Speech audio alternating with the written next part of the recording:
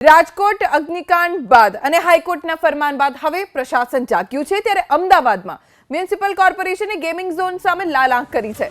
અમદાવાદમાં 42 gaming zone આવેલા છે જેમાં ચેકિંગ હાથ ધરાતા ફાયર સેફટીની સુવિધાના અભાવવાળા 11 ગેમ ઝોનને સીલ કરી દેવાયા। દ્રશ્યો શીલતના ઇન્ડી કાર્ટિંગના છે। અહીં ગેમ ઝોન ધમધમતું હતું પરંતુ બિલ્ડિંગ યુઝ પરમિશન જ લેવાઈ નહોતી। જ્યાં બીયુ જ ન હોય ત્યારે ફાયર એનઓસી તો ન જ હોય તે સ્વાભાવિક છે। આટલા સમય ગેરકાયદે ગેમ ઝોન ધમધમ્યું જો કે હવે પ્રશાસન જાગૃત થયું અને ગેમ ઝોનને સીલ કરી દેવાયું।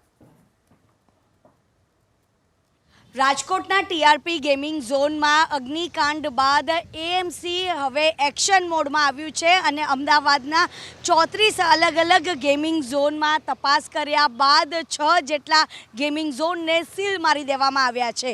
અત્યારે અમે લોકો આવી ગયા છે અમદાવાદના સિલજ વિસ્તારમાં જ્યાં ઇન્ડી કાર્ટિંગ આવેલું છે। અહીંયા આગળ જે ગો કાર્ટિંગ છે જે રેસ લગાવવામાં આવતી હતી પરંતુ જ્યારે આ રાજકોટની દુર્ઘટના બાદ એએમસી દ્વારા તમામ જે તપાસ કરવામાં આવી કે જે પણ ગેમિંગ ઝોન છે ત્યાં આગળ બીયુ પરમિશન છે કે કેમ અને ફાયર એનઓસી છે તેની ચકાસણી કરવામાં આવી તો જાણવા મળ્યું કે અહીંયા ઇન્ડી કાર્ટિંગમાં ના તો બીયુ પરવાનગી આપવામાં આવી છે કે ના તો અહીંયા આગળ ફાયરની કોઈ સેફટી અહીંયા આગળ રાખવામાં આવી છે અને તેના અભાવના કારણે જ અત્યારે આ જે ઇન્ડી કાર્ટિંગ છે તેને સીલ મારી દેવામાં આવી છે।